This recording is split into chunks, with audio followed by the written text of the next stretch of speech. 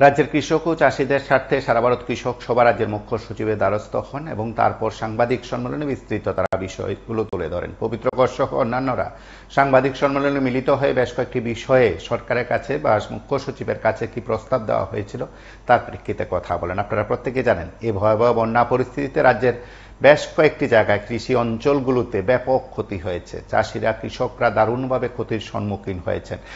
কৃষি সামগ্রী সেখানে নষ্ট হয়েছে অনেকের বাড়িতে, এবং বলা যেতে পারে ফসলের ব্যাপক ক্ষতি হয়েছে, কৃষি জমিরও ব্যাপক ক্ষতি হয়েছে। সব মিলিয়ে বলা যায় সারা ভারত কৃষক সভার তরফে কৃষক ভবনে সাংবাদিক সম্মেলনে কয়েকটি বিষয় সেখানে উত্থাপন করা হয়েছে। কয়েকটি বিষয় নিয়ে সেখানে আলোচনা করেছেন রতন দাস, পবিত্র কর সহ অন্যান্যরা, মধুসূদন দাস সহ অন্যান্যরা সরাসরি সংবাদ মাধ্যমের মুখোমুখি হয়ে প্রতিক্রিয়া ব্যক্ত করেন, বিস্তৃত তারা তুলে ধরার চেষ্টা করেন। তার অংশ বিশেষ আমরা শুনি। পর্যন্ত মারা গেছেন এই সাম্প্রতিক বন্যায়। এই 32 জন যে পরিবার থেকে তারা আসছে, সেই পরিবারগুলিকে যথোপযুক্ত সাহায্য সরকারের দিক থেকে করতে হবে, এই দাবি আমরা জানাচ্ছি। দ্বিতীয়ত, এই সরকারের দিক থেকে আগেও প্রাকৃতিক দুর্যোগে ক্ষতিগ্রস্ত কৃষকদের পাশে দাঁড়াবে এই ধরনের প্রতিশ্রুতি তারা দিয়েছিলেন, কিন্তু কার্যত সেটা হয়নি। এবারও আমরা দাবি করেছি যে এই যে 2.5 লক্ষের কাছাকাছি কৃষক সর্বশান্ত হলেন, তাদের পাশে যাতে সরকার নিশ্চিতভাবেই দাঁড়ায়, এটা যাতে মুখের কথা হয়ে না থাকে, গ্যারান্টি দেওয়া হোক। তো মুখ্য সচিব বলেছেন তিনি বিভিন্ন দপ্তরের আধিকারিকদের সঙ্গে সভা করবেন। এখনই বলা হলো আপনাদের, এই কথা তিনি বলেছেন। তার উপরে আমরা এই কথাই বলেছি যে যেভাবেই হোক ক্ষতিগ্রস্তদের জন্য সরকার সাহায্য করে, তা যেন নিশ্চিত করে সরকার। আর রাজ্যকে বলবো যে টোটাল প্ল্যানিংটা যেমন হবে সমস্ত ক্ষতির, এইটা যাতে একেবারে সমস্ত কৃষককে ধরে করা হয়। আমন হইল আমাদের সবচেয়ে বড় ফসল, এই ফসলটাই সম্পূর্ণভাবে ধ্বংস হয়েছে। এখানে আমরা একটা সাজেশন রেখেছি, এটা ভাদ্র মাসের এখনো মাঝামাঝি হয়নি, তাহলে আমাদের সাধারণ নিয়মে ভাদ্র মাসের 15-20 পর্যন্ত ধানের রোয়া দেওয়া যায়। অতীত আমাদের সরকার, বামপন্থী সরকার যখন ছিল, এরকম বন্যা হয়েছিল যে আমরা বলবো যে ক্যাশ টাকাটা তো ইমিডিয়েট দিতেই হবে তাদেরকে রক্ষা করার জন্য, কিন্তু ফসল যদি করতে হয় তাহলে ফার্স্ট যে কাজটা করতে হবে ইমিডিয়েটলি ব্যাপকভাবে রেগা কিংবা শহরের বিভিন্ন জায়গাতে তো জমি আছে, এর জন্য টোয়ে দিতে হবে, যাতে পলি এবং বালি গার্বেজ, আমরা দেখে আসলাম বিভিন্ন জায়গাতে মিউনিসিপাল গার্বেজ গিয়ে জমিতে পড়ে গেছে, নদীতে তো সবই ভেসে আসে। এগুলো যদি সরানো না যায় তাহলে এই জমি তো উপযুক্ত হবে না ফসল করার জন্য।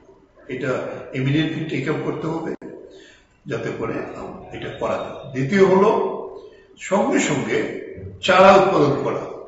সেন্ট্রালি আমরা শুধু ধান দিয়ে লাভ হবে না, ধান নেবে আবার সেটাকে চারা করবে। এখন এরকম পদ্ধতি বৈজ্ঞানিকতা আছে যে একসাথে এক একটা এগ্রি সাব ডিভিশনের মধ্যে ধানের চারা করবেন, যত কৃষক হয়েছে তাতে চারাটা দিয়ে দেবে। তাহলে ওই জমিগুলিতে অনেক জায়গায় দেখা যাবে জমি চাষও দিতে হবে না, পলি যেভাবে পড়েছে তারা রোপণ করতে পারবে। তাহলে আমরা কিছু ফসল অন্তত পেয়ে যেতে পারবো।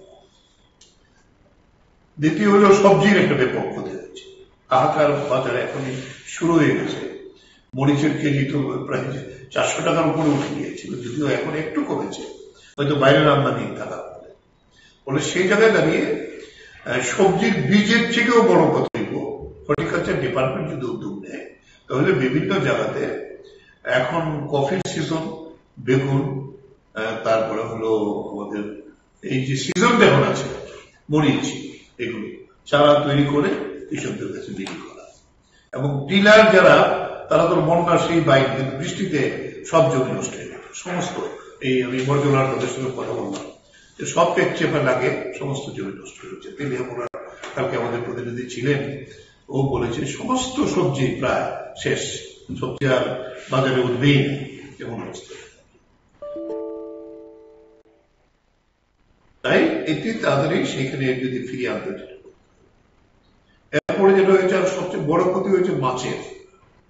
এমন কোন জায়গা নেই যে ইভেন উপরের যে বিভিন্ন ট্রাইবেল এলাকাতে লেক আছে, পাহাড় এলাকাতে ট্রাইবেল নন ট্রাইবেলও আছে, এই লেকেও পর্যন্ত ভাসে গেছে। কারণ তাহলে বন্যার জন্য শুধু বৃষ্টির জন্য আর কি তার পার ভেঙে গেছে, প্রচন্ড লস হয়েছে। এগুলো আগে রিপেয়ার না করে তো মাছের চারা ফেলা যাবে না।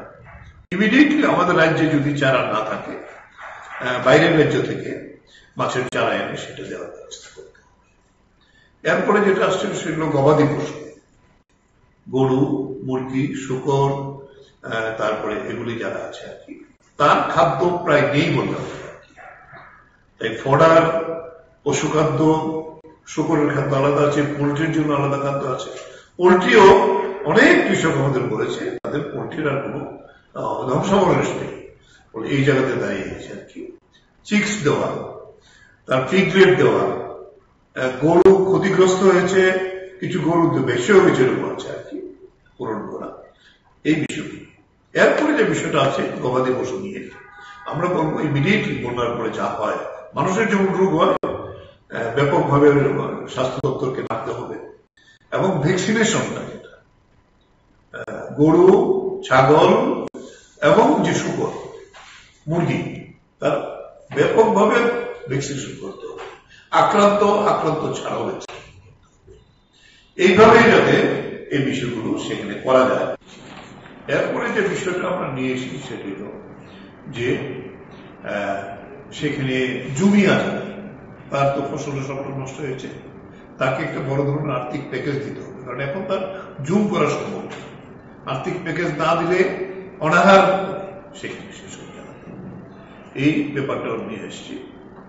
আর সেচ, আমাদের কাছে যদ্দূর খবর সেচ ব্যবস্থাগুলো নদীর পাড়েই থাকে, সমস্ত সেচ ব্যবস্থা প্রায় ধ্বংসপ্রাপ্ত হয়ে গেছে। ইমিডিয়েটলি যদি এই সেচ ব্যবস্থাগুলিকে রিপেয়ার না করা হয় ব্যাপকভাবে, তাহলে আগামী বড় মৌসুম আসছে, এটা তো 3 মাস পরে আবার বড় হবে, এই ফলে সেখানে ফসল করা। আপনারা শুনলেন রাজ্যের মুখ্য সচিবের উদ্দেশ্যে যে প্রস্তাব কিংবা বক্তব্য ছিল, তার প্রেক্ষিতে সারা ভারত কৃষক সভার তরফে, রাজ্য কমিটির তরফে আগরতলায় কৃষক ভবনে সাংবাদিক সম্মেলন করে তারা রাজ্যের কৃষক ও চাষীদের স্বার্থে বেশ কয়েকটি বিষয় উত্থাপন করেছেন। আপনার সঙ্গে থাকুন, দেখতে থাকুন PB24।